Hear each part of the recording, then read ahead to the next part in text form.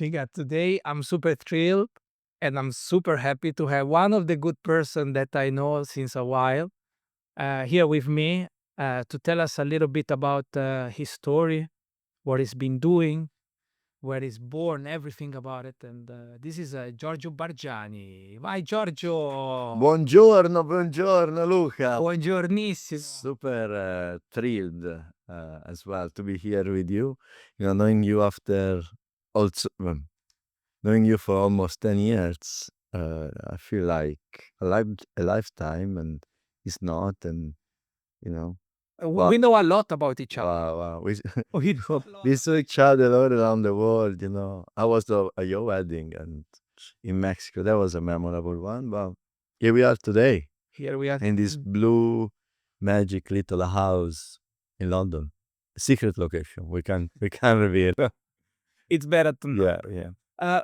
Giorgio, what can I say? As I said, we know a lot of things. I personally know a few things about yourself for the last 10 years, but for who is watching us and the curiosity that they have out there, would you like to tell us a little bit how everything began? Like where you're coming from, your place, and then if you can guide us through what it got you to be a bartender. My standard line is that my surname is Bargiani. So there weren't many other career I could pursue. But to be honest, that started very early in my life because my family has always been running hospitality, retail business since like my father family started in the 60s with home restaurant first. Like they were hosting people in their house and then eventually they opened a restaurant. And to these days, if you go to my hometown of Pisa, you will find Ristorante alle Bandierine as well as We Love Pasta. They both serve homemade pasta. While my mother family started making hair color tincture in 1884. So I was a sort of an alchemist, a job of my great grandfather was doing before the First War. And yeah, like my house is the one I grew up with, is above the shop, the perfumery shop that, it eventually became after the alchemist grandfather and the restaurant at the end of the street. So my life has always been in the heart of my small city, surrounded by people, known by anyone, known by everyone that was working there every day. And, like my life started easy with my mom, with my brother. I lost my father when I was 5 years old. So my family is probably different from their, average 4 people, 3 people with both parents. And that, I think, was the first thing that shaped me a lot, Um, my mother has been and today is the most relevant person in my life who shaped me. And I always like to say, I don't want to start on a very sad note, but like, It's not said at all. yeah, it's like it's really one of the biggest examples. Talk about mentorship, about leadership, inspiration. So I'm 35 years old this year. When my mom lost my father, was 25 with 2 kids, and whatever I achieved to today,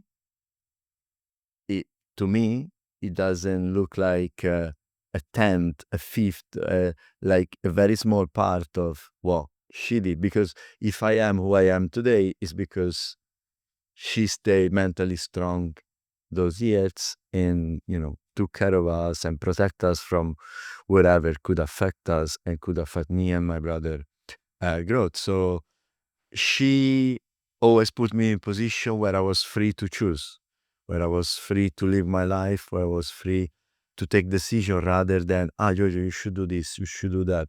No, Giorgio, do what makes you happy. You want to study, you want to go to university, you want to become a doctor, go for it. Maybe you can do it. You want to be a builder, you want to be a carpenter as your father was, do it. You want to travel the world, travel the world. She never blocked me And this, it's how I live. I feel very blessed with a handful of people there, like you, Luca, and many other people that we are free. Nobody tell us what to do. We are not constrained by, you need to buy a house, you need to have a kid, you need to, like, eventually you bought a house and you have a kid, but you decided to do so. It wasn't your goal. Wasn't it like, because everybody in my city, they do this. That's the kind of standard setup of your life. Where we come from Always. is really common. Yeah, yeah, That's it what we is. want to say, It is. especially for people of our age. Like the life that we live, as crazy as it sounds, sometimes it's like we choose. Every day we wake up, okay, today I do this, today I do that. And I also stop as I was doing yesterday because I don't like it anymore. It's not like, that's how I started, so that's how I'm gonna end up. And that's what probably brought me to London and what brought me to pursue what I'm doing today. The bartending career, the big network which we're part of, the big, small, depends how we look at it, network we were part from, and all the incredible adventure that we live, I don't give anything that I do for granted any day, because not many people is as lucky as I am to travel the world, see incredible places, meet incredible people. I also feel very lucky, mm, again, about my surrounding. I recently read a book that, hit me a lot. It's called Outliers. Talks about people that are successful in life, no? While we might think that people might have a strong talent, you are a fuori class, you are an artist, no? Very, very often, what surrounds you allow you to become who you are. Uh, but people like Bill Gates, people like the Beatles, for a set of circumstances, they found themselves in a good moment in time, in a good place, to excel in what they were doing, you know? And also, in the same book, there is this 10,000 hour rule. To be good at something, you need to do it for at least 10,000 hours. So, yes, talent is a thing. I don't want to say it doesn't exist, but sometimes, be in the right place help you. Sometimes you accidentally ended up in the right place. Sometimes you can kind of strive to be as much as possible in the right place, surrounded by good friends, people that care about you, interesting people that, motivate you and excite you, and eventually you will do great. Possibly you will do the same with others, right? Yeah, certainly. Now, I want to take you a little bit back because has been super interesting. But I want to take you to the point of your family, father's side had a family restaurant. Your mother is a alchemist shop, perfumery shop.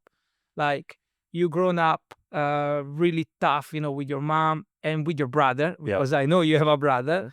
And then what happened? Like what is start to shape your career on the top of the mentality of your mom to keep you and leave you free? Yeah, like, so the first 15, 16 years of my life, I was a very good son. Not that I'm not now, but I was, like quiet, very shy. I was studying a lot. I was, I was enjoying being a kid, but without being like, my brother was a bit more active, I would say, more joyful, more lively. But then, like, between secondary and high school, my surrounding changed.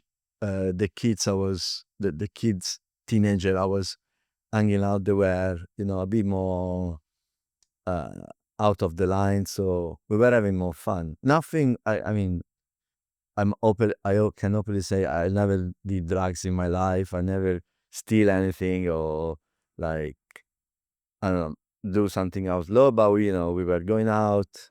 every day probably, from Wednesday to Saturday I would go to a club from 16, 17 years old onwards.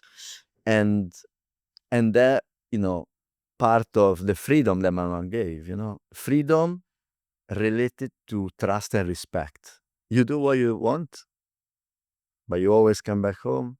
And if you don't, you let me know. And you are respectful with others. And that's how it kind of works. Until, I always say that, but probably not from this angle, until I started working in nightclubs. I was 16 when I was PR. I was giving, entrance like flyers in my hometown for the winter, and that was successful. Uh, uh, it's a fun, successful thing, and because it was good, that the ownership brought me to an island called Isola d'Elba, a small island close to my hometown, where I did my first summer season. At the time, I was nearly 17, and the person that has the closest age to mine was 24. And then we're all older. And that was a big turning moment for me. Like, I was this kid in between of these people, and I started to live a life that I will discover later on down the line. And my personality completely changed. The shy, be less out there guy disappeared, and probably the way I am now has been very much defined by that summer. I was in a house with 12, 13 people with 3 bedrooms, and we sleeping wasn't necessary, eating wasn't necessary, enjoying was the thing, going by the beach during the day, going out at night.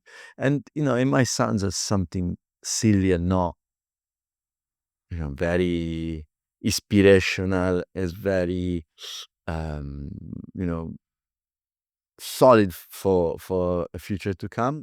But I think sometimes in life you just need to have fun.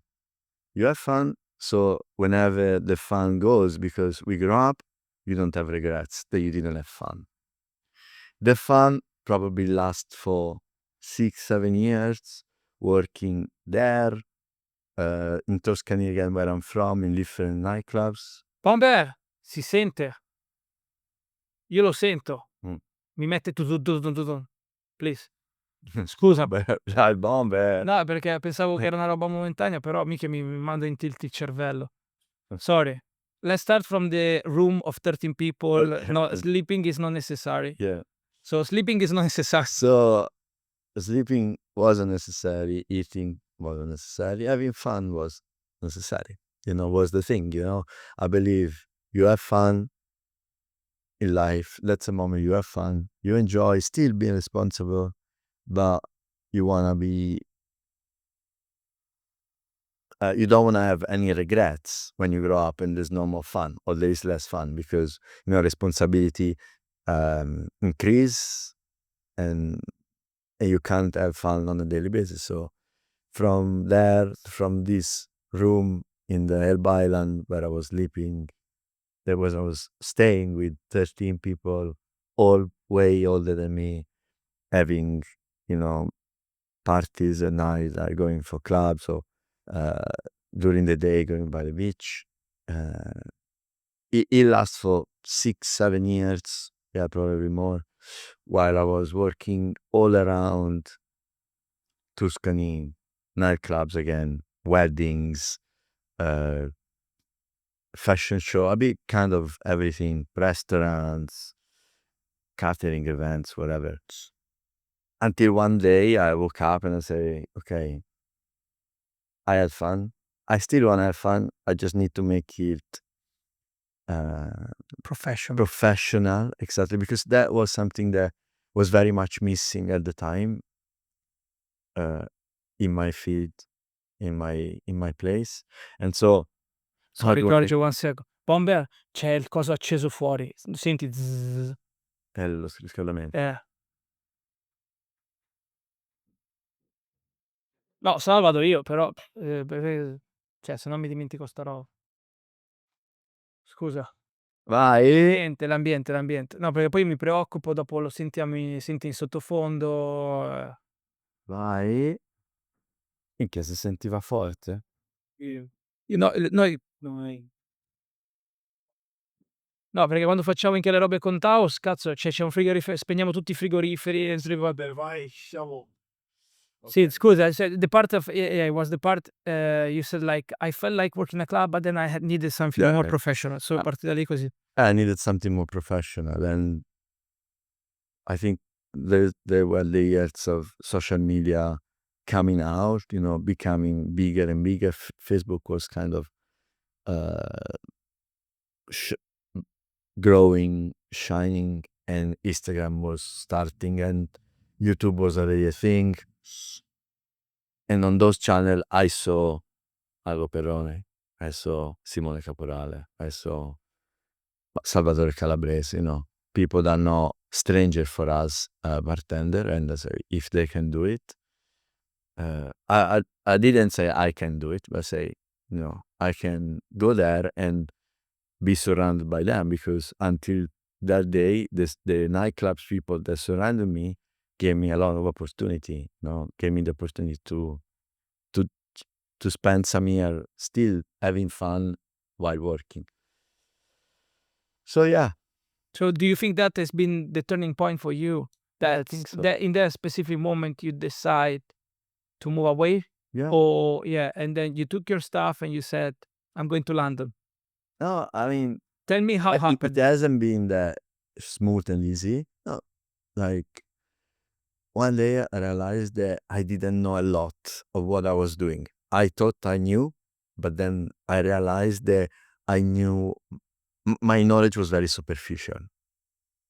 It's like I can bring something from A to B, but I don't know what's that something that I'm bringing.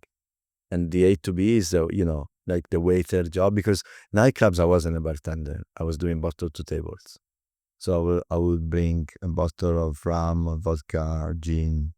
Gin wasn't a thing at the time, but rum, vodka, or big champagne, I would bring from the cellar, from the back office to the table, leave it on the table, open, make the nice face, smile. But then I wouldn't know what was inside the bottle. I wouldn't know how to have standards. I will never do the things I think twice the same way. The service wouldn't be controlled by something. I wouldn't know how to engage in a memorable way for my guests. It will all be like, yeah, I'll take care of you, I'll bring you a bottle, we have fun. It was very much dealing. No, it wasn't entertaining, it wasn't host, as I love to say. So when I realized all of that, luckily there was a person that at the time was the mentor, Signor Leone. There was the director of the nightclub where I was working in Forte Miami. And I asked him, Leone, I know you're very knowledgeable. I can see, and you show me anytime. Where does your knowledge come from? And he told me, I spent many years working in hotels. And he sent me to Splendido in Portofino, 5-star hotel, like iconic Italian place. And there, How was the experience there? yeah, I realized I didn't know anything.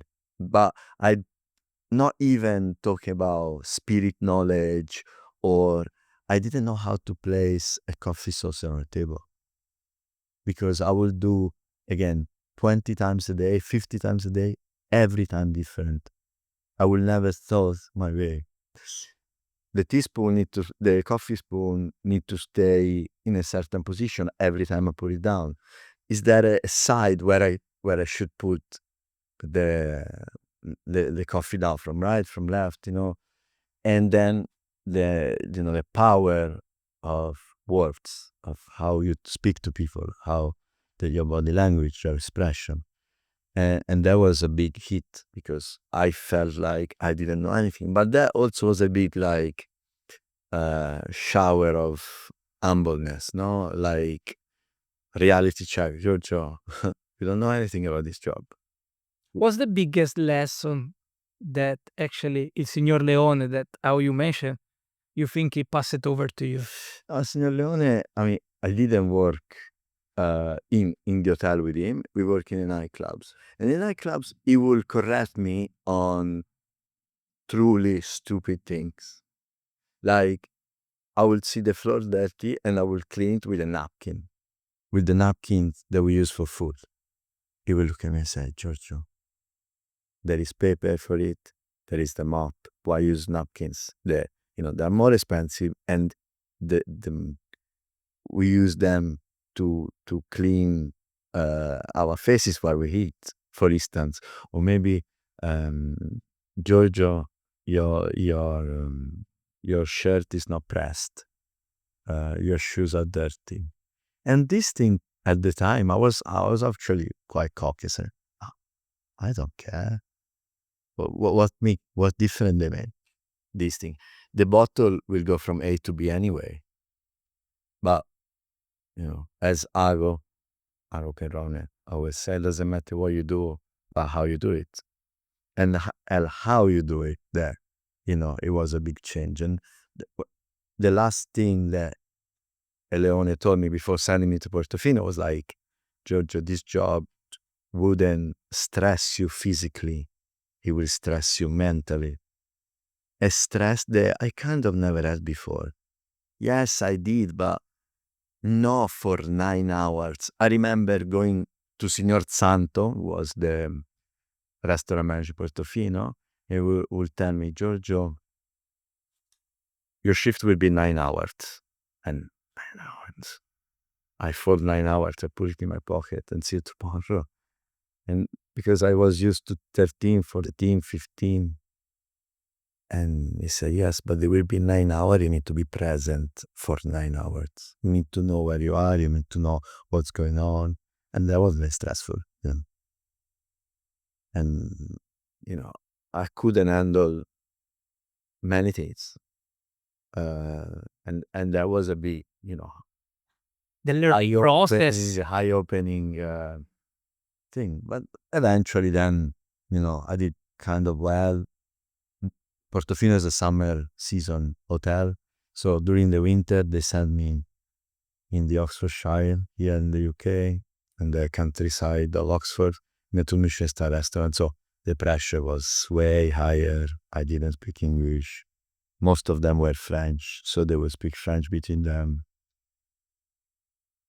And again, everything that I thought I learned, it wasn't good enough for the following place, for this place, for this restaurant called Le Manoir Quatre Saisons in the countryside. And that was, again, I'm here alone. Consider every choice, I didn't wait. No, I didn't think about for a week or 2 or a month. Like, George, you want to go there? Yes. George, you want to go there? Yes. So then I found myself in this new reality, which I knew not much about, with many challenges, away from family, away from girlfriend, away from friends and everybody. So it's like, okay, good. I got the Sort feeling. yourself out. I got the feeling that you were aware inside you after like being in Italy and realized that you wanted to be bigger than just, maybe work in a club and just as, be a waiter of the club. Like you build up your path without even knowing, just on the trust of who is gonna come to you, like your mentor in front of you. Yeah. So you had those two personality. Now, I would like to ask you a question related to mentorship. How has been your process of mentorship and what is the best advice you received? But as well as a mentor for your team and your people, like, how you feel and how would you describe that? What will be an advice that you will give to them? Mentorship is not, in my opinion, like training or like education. Mentorship, you don't necessarily tell, do this or do that. Your mentor will show you an array of possibility. He show you what could work for you, or potentially nothing that what your mentor show will work. It's just building your path. And probably what I think relates very much to myself today, but Aro, it's very close to him, is patience. We build something, and you can't build something in a day, or it doesn't happen overnight.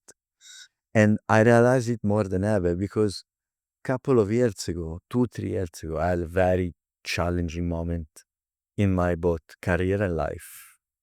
I wanted to find the next step immediately. I wanted to know the next step even before the next step started. And when you force it, it doesn't come out. No, I need to change. I don't want to be at the Connaught anymore. I don't want to be in London perhaps anymore. I don't want to do this. I don't want to do that. I just want to have something new, something exciting, something. Yeah, but what is it? I didn't know. And it's not something that you find hidden in a letterbox. It's something that you need to build. And the more you do, the more you receive, and the more you receive, the more you understand what you like and what you don't, and the path keep building itself. So patience, I think, is, as much as sometimes I don't have patience, it's the one, together with humbleness. I like to go back home with the bus at night sometimes. I don't need to, I can afford to have other, to call a taxi every night, When I arrive in London, I couldn't. But sometimes do these things, like be in a queue, or not always use whatever I achieved today to get something, make me feel like, okay, I came from, I started as a Connaught Bar as a barback. I was polishing glasses. It worked out well, yes, but I was there, and now I'm here. It's clear. So then you were in Oxfordshire, right? Yeah. And you had this incredible experience. It feels like a step up, like Right. you're like in a game. Every season, every 6 months, from what you just mentioned, is like you stepping up to the next level. Yeah. What happened there? And after that, what has been your career path? Like, Oxfordshire has been very tough. Like, I didn't do military service in my life, but I think that was the closest thing if you talk about restaurant. Not because of the place. It was just because, the shift would start 6, 7 in the morning, 5 in the morning sometimes. Sometimes we'll start at 11 and we stay there until closing. The place is in a small village. And when I say small village, it's the place, a pub, and the post office. You won't believe it. I didn't believe it. But then I went there, and there was a pub, the place, and the post office. So, I was used to, even Portofino is a small place, but, you have nightlife around, many people. And then I made friends there for life. Matteo Baccanelli, that he used to Portugal and Portofino. But then when I went to Manoir, even there I made friends for life. And that's one of the biggest lessons I learned myself without anybody telling me. The people that give you the most hard time at work are the one they care the most for you. People, they don't consider you, they don't look at you. You're unvaluable. You don't have value for them. While if they, always correct what you do, of course we respect, no? Probably we came from a world in hospitality where, swearing. Back in the days, it used to be like that. Like that, luckily, it has gone or is going. But when people like correct you with purpose, like this is wrong because this is, you shouldn't do this because, or sometimes it just, trust their experience, they've been there longer than you, and say, this doesn't work, do this way. And also in Le Manoir, there was this girl, Karen, that was correcting me she was correcting me all the time, whatever I was doing. And at the beginning, it was like, because I wasn't ready as personality to be corrected much. But 5 years after we worked together, 5 or 6 years after we worked together, I worked to the Hyla to her future husband, because we created such a bond while working and while correcting each other, or maybe her correcting me mainly. That now is one of my best friends. But anyway, always listen to people that are taking the time to correct him. If they're not taking the time to correct it, they don't care about it. You feel this has been your takeaway Yeah, I think tip or takeaway learning from Yeah. this place? Very much. And from there, what happened?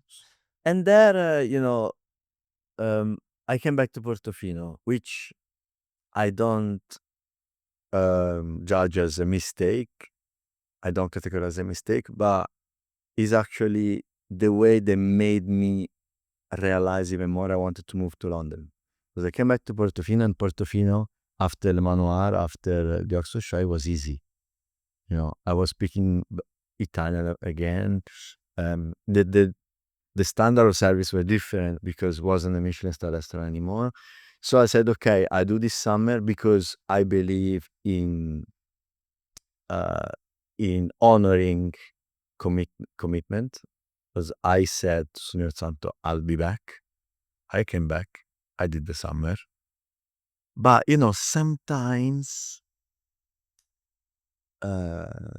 what you seed before, it then, right, how do you say? Grow in a different way. Grow whenever you don't expect. So I believe in people. I believe in human connection. We are not robot. We are no numbers. So whoever cross your path is valuable in a way or another. Maybe sometimes somebody way more, somebody way less. It is not necessarily I do something to get something back. I do something because I don't want to do something. Eventually something will come back.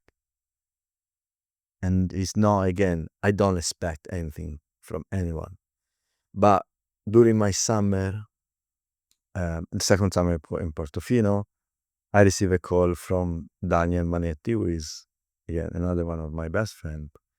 We used to work together in the nightclubs. He was a flat bartender and I was carrying bottle up and down. He called me. It was like the 1st of August 2014, saying, Giorgio, how are you? We've been speaking throughout. It's not there. But I'm in London. I just changed job. I was working at Dorchester. Now I work at the Connaught in the restaurant. At the time 2, now 3 Michelin star restaurant as a commis sommelier, because I want to be a sommelier. I don't want to be a flat bartender anymore. And I say, oh wow, Connaught. It rings a bell. It's the place where I saw Ago Perrone on YouTube and everywhere else. I say, yes, Ago Perrone worked with me. I work with Ago Perrone. We were chatting the other day and he said there is a barback position available at Connaught Bar. I said, whoa, I need to take it. And then I realized how much, sometimes you need to go for it. Not blind, but especially when you're young. Maybe now we have more experience and we know what to go for and what to not go for. But at the beginning, you need to be very open and go and follow your gut. Because he said, yes, you need to come for an interview. And me, I was, relaxed. I say, yeah, in September, whenever the season is over, I've come. I say, no, September, the position will be gone. So you need to come next week. Next week was mid-August, August in Italy. When we work in hospitality, it's a hard no for days off. So could I just surrender and say, I can't? But then, that's another thing I see many people do, no? Excuses. When you say I can't, is you putting an excuses between you and what you want to do. You say you want to do that, but when you put the excuse in the middle, you're out of it. It's not my fault. That happened. No. So what I did, I said, okay, what should I do? Hey, you need to come here, interview and try shift.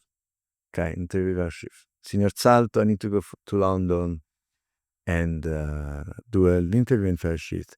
And he said, Giorgio, you know it's August. Yes. You can't take vacation. Yes. But I know, Mr. Santo, that you cared a lot about us having a winter placement job, no? Yeah. So I'm willing to help you.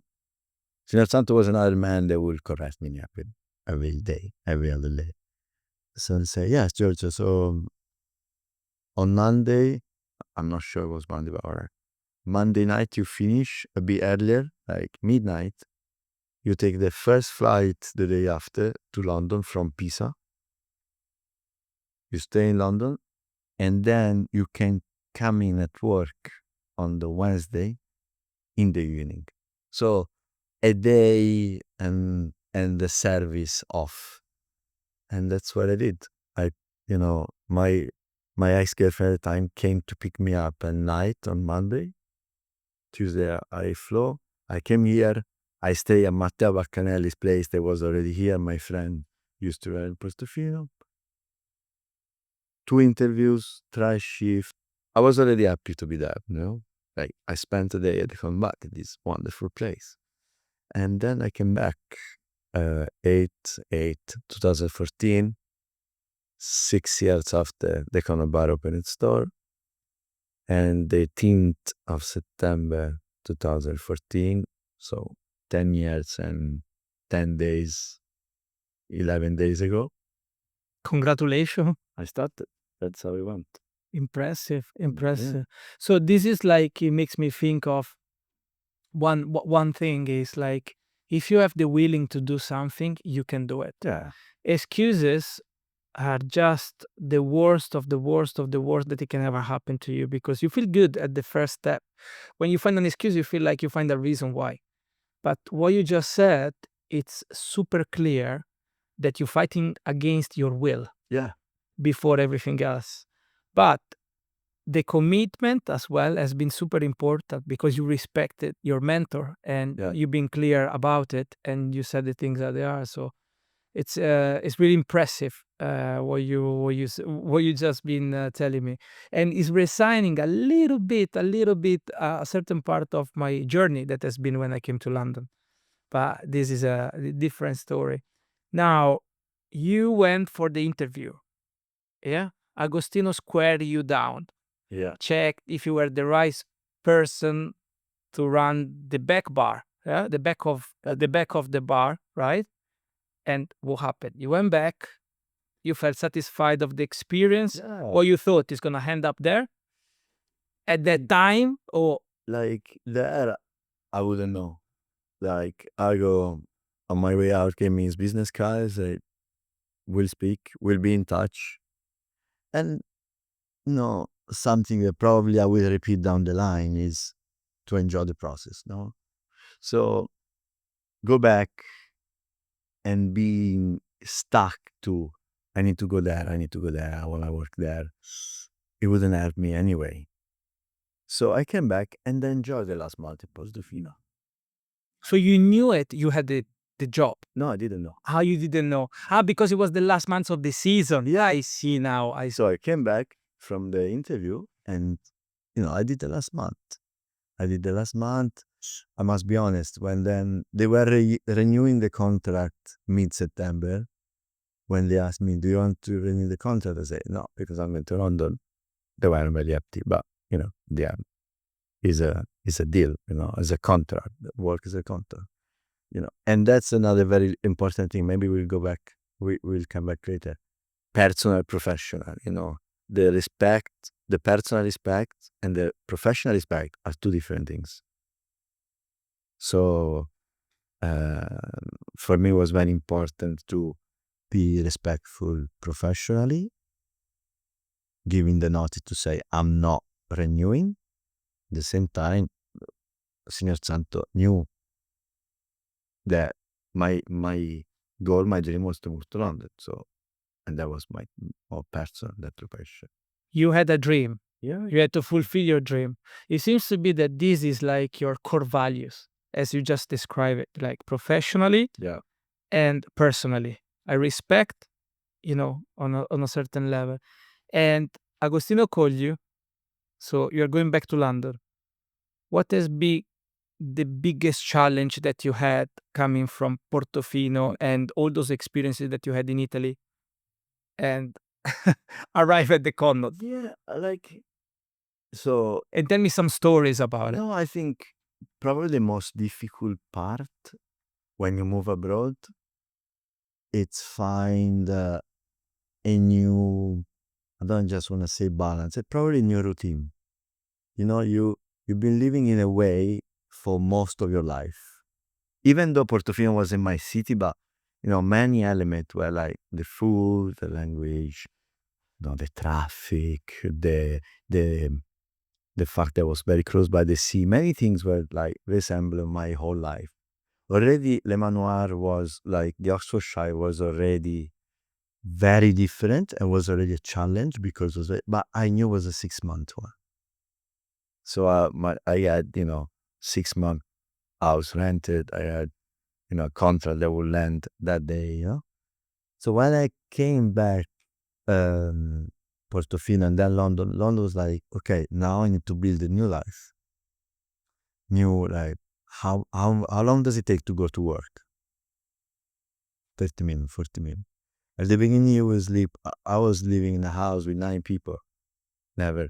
I mean, yeah, besides this silly season, but there was 9 people, all strangers, from different countries, with different habits. Like, the pace of London is very fast. It's very different. So that was the struggle that I would bring to work. Like many people in the past, I want to come and work with you and work at the Connaught Bar. I wouldn't care about anything else. So, no, you need to care about your life. Because yeah, you work a lot. You work every day, 5 days a week, 10 hours a day, very challenging, very stressful. But then when you go out, if you are miserable, you don't, you're not performing at work. So I think the first 2 years has been finding the new life rhythm. Balance, Balance. I believe. Balance, not necessarily. Probably at the beginning, it was like I was exploring. So I was always out, always visiting places, meeting people. The balance came down the line, but, being, how do you say, like, acquainted to the city, to how the city works, like how the people in London, they let you be way more. In Italy, people are way more friendly yet judgmental. People tell you, like, look at you if you dress in a certain way, if you behave a certain way. Well, in London, you can be whatever you can be. But there, the flip side is you lose a bit of human connection. I had to adapt. I had to understand what passive aggressive means. We are very direct in, I would say, Southern Europe or in Italy. While here is people don't always tell you a message, don't always give you a message straight. They probably go around it and then Around and around. So yeah, Connaught Bar has been so easy from the beginning because of the people, because of Andreino, Andrea Benvegna. There was the bartender while I was a barback. We went, after my first house, we went to live together. And there was like I don't know, living in a movie. This sort of life that you see in American Pie, or this college movie where, no, we were living together, we were making cocktail at home, we were going out, we were watching movies with friends, living in a house with friends. I think for many people, at least for me, was a dream. Because, yeah, with the girlfriend is great, but with the friends, it's a different story. And at this stage, it comes a question to me is, you've been talking about your career path, but you didn't start to talk about bartending yet. So you talk a little bit, but you've been practicing something, because as a barback, I know that at the Connaught you play a little, right? And that's what has been for you at the beginning, I guess.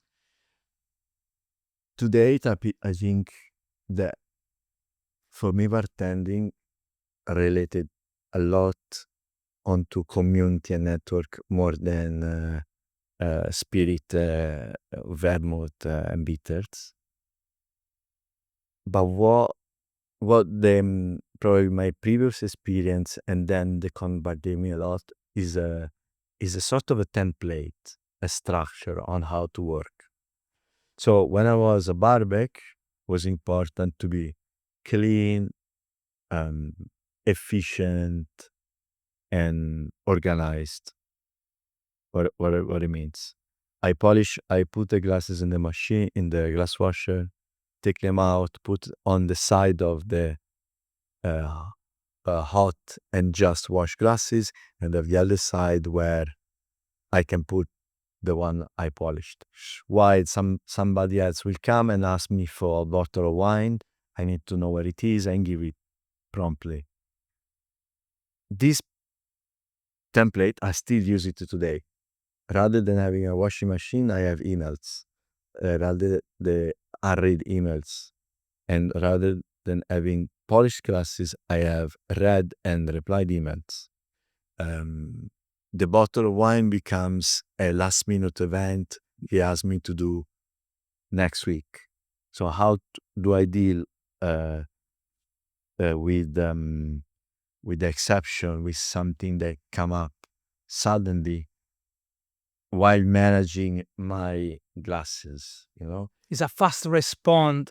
It's like, as you said, it's a template. Is a mindset, is a layout, call it as you like. And that, okay, now I went from then to now, but in the middle, like when I was promoted to bartender, I was like, okay, while I make drinks clean, the bar top clean, and then I put back the bottle where they belong, a guest will come and ask me, where is the restaurant? And then will ask me, I don't like, I'm not for anything on the menu. Can you make me something? So how I carry on doing all the other drinks while, they sound like very simple tasks and obvious, but if you don't know where to allocate each and every one, uh, they're not different job. They're like different tasks for the same job. They're like, you have, again, I feel like I'm the most senior of the barback because I still, is it clean? Is it tidy? Yes. So I can do something else. This task is over? Yes. This task has been checked? Yes. This task has been shared because like the Connaught Bar is a very small pantry area where there are two barbacks. So I learned how to be there with somebody else that he couldn't stay there for space restriction. So he had to go out. And I need to trust this guy that goes out and he come back. So if I need something out, I need to ask him, bring me something. Or if I need to do something for him to bring out, and that's kind of, again, the same. That Team repeats. spirit. Team spirit. I have to say that your words are really passionate and disciplined, which it's impressive, because I believe, like, when you talk about your experience in Italy in the club, I'm sure the May wasn't right there, but with the time you inherited inside yourself, with all the experience and the mentor that you had.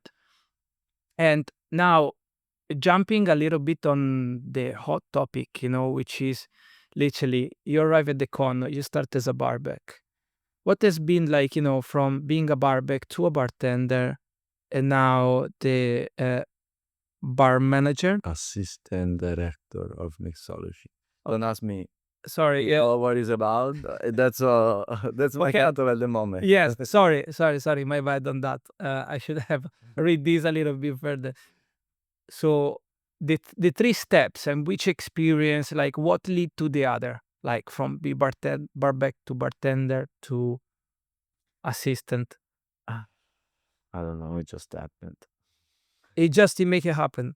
No, it's just like, so the idea, something I learned here in the UK, because in Italy we don't have this culture as much, is to be promoted, you need to be the best at what you do. No? The one that polish the glass fastest and more perfectly than everybody else. Less breakages. Less breakages, then when you're a bartender, you need to be the one that deliver drinks in time, but also you need to leave a mark each and every time. And the mark is given mainly by your personality, by your creativity, by your problem solving. So everybody can get a level where you can execute tasks. I tell you what to do, you learn, and at some point you are good enough for what is required. To go above and beyond, you need to leave a mark in your guest, in your colleague. To leave a mark, you need to do something that hasn't been done before. And doesn't mean inventing something that doesn't exist, because, we live in a world that kind of everything has been invented. So how you put your spin on something that is already in place. Like, I think from being a barback to bartender very swiftly, because of team rotation, I was head bartender. And when I was head bartender, it's like, okay, what is missing? What we can add to the Connaught Bar way of making drinks? Storytelling, there is. How we make stories which are relatable. For bartenders, they want to listen about my shrub and my sherbet. For people, they're staying in the hotel, so they travel the world. They know a lot more about the world than I do.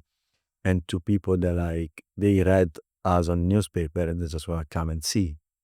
So these stories, they were probably one of the things that we first had when I was running the menu creation. And then straight after, social media, which I was studying at university, came in, and I said, "Oh, we need to do something social media related. Be consistent, be disciplined. If you follow us, I do. you do. We've been posting constantly, me and Daro together, for 6 years, which is not, we're not the best people at social media in the world. We are not, and we will never be, because it's not our thing. But that's how we decided to create our template. It's a lot of expectation and consistency. Being the best a week, I don't want to say it's easy. A year is not easy, but you can give everything at once. You're the best. You got everything, but be consistent. It's what make you success. So patience, again, it's all back to what I said earlier. And when it comes to creativity, right? You said it's a kind of, template, the way how you can structure things. But how do you manage like to be creative and innovative at the same time? Because as you said, everything has been invented. Yeah. But what's the formula that works in between them, that it works for you on a personal level? What actually really make you? Maybe you can put tradition in that. I don't know. You tell me. We're not famous for being at the forefront of innovation. We're not experimenting constantly with ingredients, for example, or with technique. What we always do, which I believe works for us, is systematic creativity. So whatever we have already in place, we relook at it, and we try to improve. We evolve rather than make a revolution.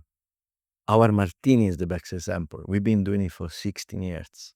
You might be very tired and fed up of doing the same thing for 16 years.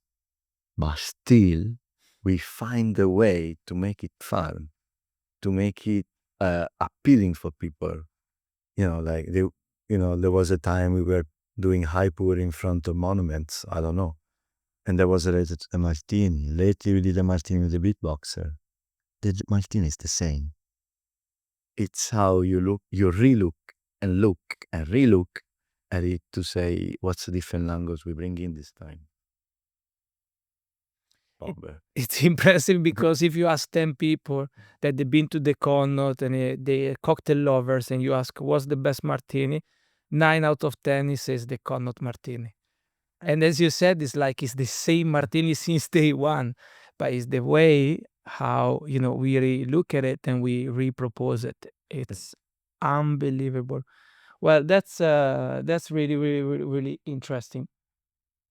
When it comes to creativity related to the team, I know that you are a really fast-paced bar. I mean, you don't have much hour of relax because the preparation, everything. How do you manage, teamwork, creativity? Like, it's the menu made by yourself and Nago? Is the team effort involved into that? Like, take me through a little bit this process to have a clear idea. To do our menu, we meet, like, let's say, since we launch one, let's say this year we launch in February, we digest it couple of months. When I say digest, I mean, all our guests try it, we explain it, we share it, all the storytelling, all the photography and everything. Once this is, let's say, over, so 2-3 months, we start the new menu. So a menu takes 9 to 10 months for us to make. So we meet every week, even 10 months before. And we meet every week, and this every week is the discipline, the consistency. There are some days we work out of the meeting with nothing in our hands, but it's never nothing, because it is an idea, is a seed of an idea that probably the following meeting will come to life. It's a correction of a mistake that we've been doing for many years. And how I like to structure, again, on the systematic creativity, the first month or so meeting is ingredients. I suggest the team to go and visit market, supermarket, specialist shop like Asian, South American, African, and discover an ingredient. They go, they work in, and they discover. With this ingredient, then we think, okay, which ingredient we can create? So which syrup, which infusion, which shrub, which sherbet, fast wash, you name it.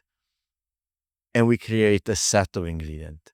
While we have this set of ingredients, we basically start from classic, like easy twist on classic, but the storytelling comes in together with the overall arch of the menu, like title. And so we take the classic, we twist it, but we twist it with the story kind of already that works for the concept of the menu. Everybody is welcome to this meeting. I would say that 90% is the bar team and barber team, which I want them to be there. I want them to be there. But also waitresses and hostesses are joining according to their schedule in private life. On the side, we do spirit training constantly. So while we discover new ingredient, we discover or rediscover the spirit that we use for aftertaste creation. But also we try to find time to do activity which are completely unrelated to bars. Going to museum, photography exhibition, music gig, just to spark more ideas. Would you say that as well the success of the Connaught Bar as an identity is surely, this family feeling of the team? Because I look at many bars around the world, and not everyone has that kind of feeling really tied together. It seems to that you guys, you have some certain of connection in some way. I think the most of the credit of it go to Ago, because he preserved the initial vision of the. Also, this is part of the vision, no?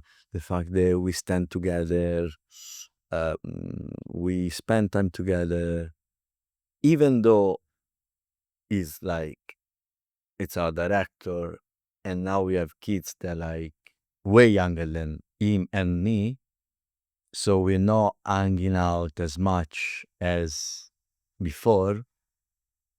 We put them in a position that they create the group, they stay tight, and then they refer to us for everything. Also for the fact that, we're most of us are Italian, and that kind of help because they stick together, they do things that Italian would do together. And what the struggle I was talking about at the beginning of moving here and adapt to the pace and to the place, um, it's easier this way. Really personal question. Go for it. How do you manage failure and what it means failure for yourself? Well, I think I fail very often. I feel I very often I do things I'm not happy about, I'm not proud about. It's like it's again the excuse thing. Can I just live out of misery and say, "Yeah, I did this. How will I ever recover?" And, it sounds like a cliche. Just learn. I try to don't do it again. And I never forget when I fail. Like some 10, 15, 20 times in my life that I did things I like, wow, I messed up heavily. Sometimes, even when I work on the street on a sunny day, they come back to my mind and say, okay, no, I don't want to feel that again. So I need to avoid it. And I'm the only one in charge to avoid it. I'm the one that can make sure that doesn't happen anymore. I want to take you back to the Connaught Take me back to the con. and ask you a little thoughts, like the Connaught stands for tailor-made experience. What it means, how it works, and give me some valuable points of it. Okay. So we overuse and abuse the word hospitality, I think. Hospitality, left and right. But hospitality is a lot about taking care of people. Taking care of people as you will do in your home. No? That's how it should kind of, I think, works. So in your home, your people, how do they treat you? They know what you like, they listen to you, they do things, even sometimes they don't want to. There are days which are not as bright as any other day. And so whenever we have people at the Connaught Bar, we don't always succeed. But if you somebody arrive very upset, somebody arrive complaining, we try to flip that situation. We try to do something that solve the matter. And that's bespoke, that's tailored.